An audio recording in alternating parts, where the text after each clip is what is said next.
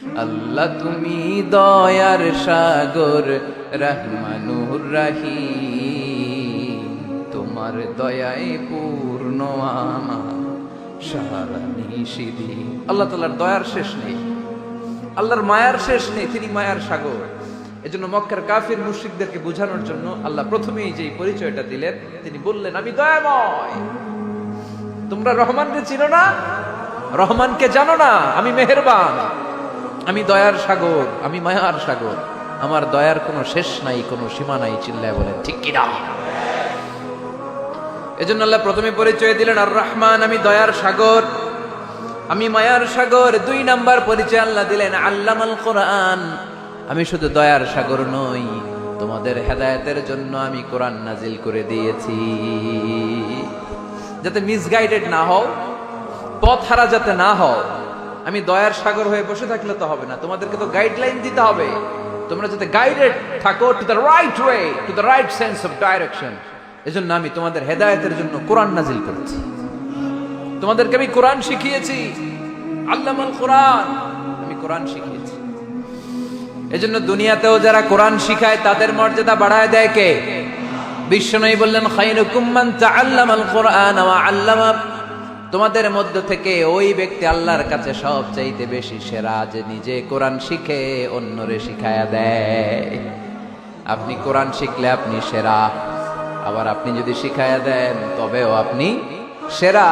এজন্য কোরআন শিখানোর চেয়ে শ্রেষ্ঠ কাজ হয় না। আপনি যদি কাউরে শুধু সূরা ফাতিহাটা শিখান, কোন সূরা, ওই লোক যতবার জীবনে সূরা ফাতিহা পড়বে তার একটা পার্সেন্টেজ সওয়াব আমলনামায় আপনার আছে না নাই? আবার ওই লোক যদি কাউরে এই সূরা ফাতিহাটা শিখায়, আবার যারে শিখালে এ যদি আবার আরেকজনকে শিখায়, এভাবে যতজনকে শিখাবে প্রত্যেকের সওয়াব থেকে একটা পার্সেন্টেজ সওয়াব আপনার আমলনামায় দিয়ে দিবে কে? এজন্য কোরআন শিখবো, শিখাবো, শিখবো, শিখাবো। যারা কোরআন জানি না, কোরআন জেনে মরবো। No excuse will be granted that day. সেদিন কোনো অজুহাত আল্লাহ গ্রহণ করবে না। সব পারো, কোরআন পারো না কেন? সবই তো পারো।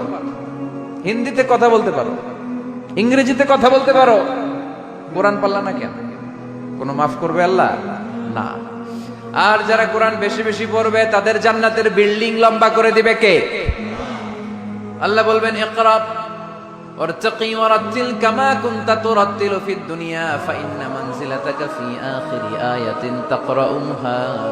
কোরআন পড়ো, যতগুলো আয়াত দুনিয়াতে পড়বেন আপনার জান্নাতের বিল্ডিং তত তলা বানায় দিবে কে?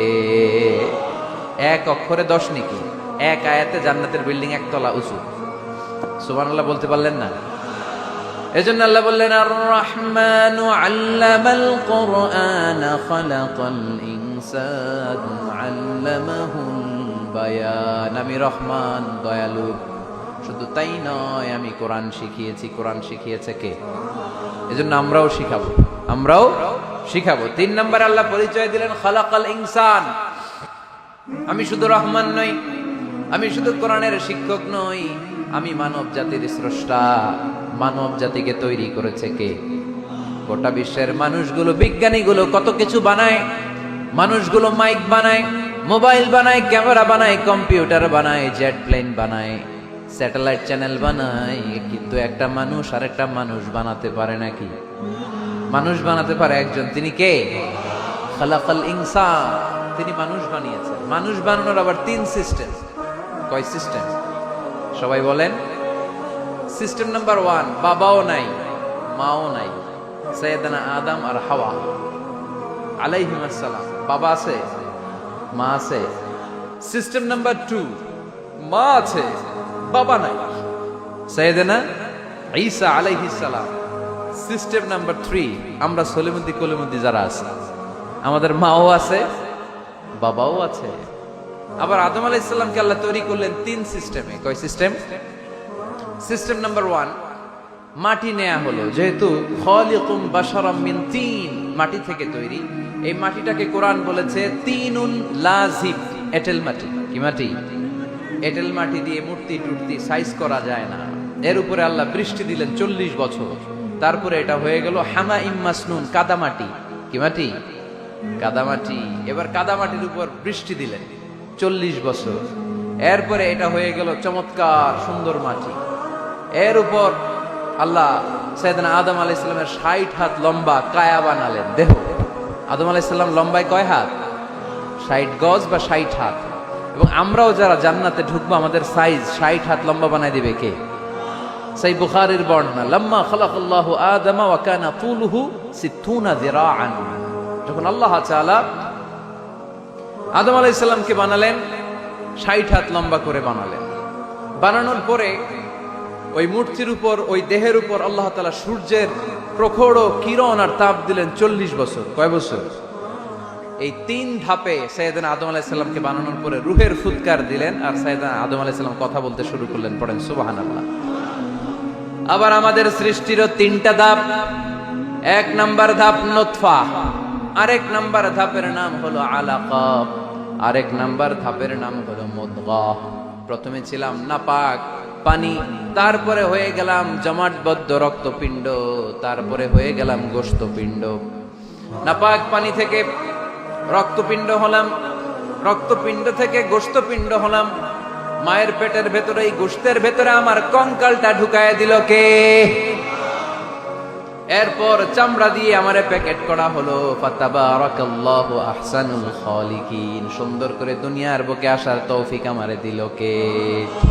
ওয়ালাকাদ খালাকনাল ইনসানা মিন সুলালাতিন মিন তিন সুম্মা জাআলনাহু নুতফাতান ফি قرارিম মাকিন ثم خلقنا النطفة علقة فخلقنا العلقة مضغة فخلقنا المضغة عظاما فكسونا العظام لحما ثم أنشأناه خلقا آخر فتبارك الله أحسن الخالقين. পড়েন আল্লাহু আকবার। আমাদের সৃষ্টি শৈলীর বর্ণনা আল্লাহ দিলেন। নাপাক ছোট্ট পানি ছিল মায়ের জরায়ুর দেয়ালে, লেগেছিল জোকের মতো, ব্যাঙের বাচ্চার মতো। আস্তে আস্তে আমি বড় করলাম রক্তের পিণ্ড, সেখান থেকে গোশতপিণ্ড, গোশতপিণ্ডের ভেতরে তোমার কঙ্কাল দিয়ে দিলাম, তারপরে তার উপরে দিয়ে গোশত দিয়ে চামড়া দিয়ে প্যাকেট পড়ালাম। 8 মাস 9 মাস 10 মাস পরে দুনিয়ার বুকে আমাকে নবজাতক শিশু হয়ে দুনিয়ার বুকে আসার তৌফিক দিলেন কে? খালাকাল ইনসান। তিনি মানুষ বানিয়েছেন। তিনি শুধু দয়াময় নয়, তিনি শুধু কোরআনের শিক্ষক নন, তিনি মানুষের সৃজনকারী, সৃষ্টিকারী। এজন্য আল্লাহ বলেন, আমি রহমান, আল্লামাল কোরআন, আমি কোরআন শিখিয়েছি। খালাকাল ইনসান, আমি মানুষ বানিয়েছি। আল্লামাহুল বায়ান, আর মানুষকে বয়ান শিখিয়েছি। বয়ান শিখাইছে কে?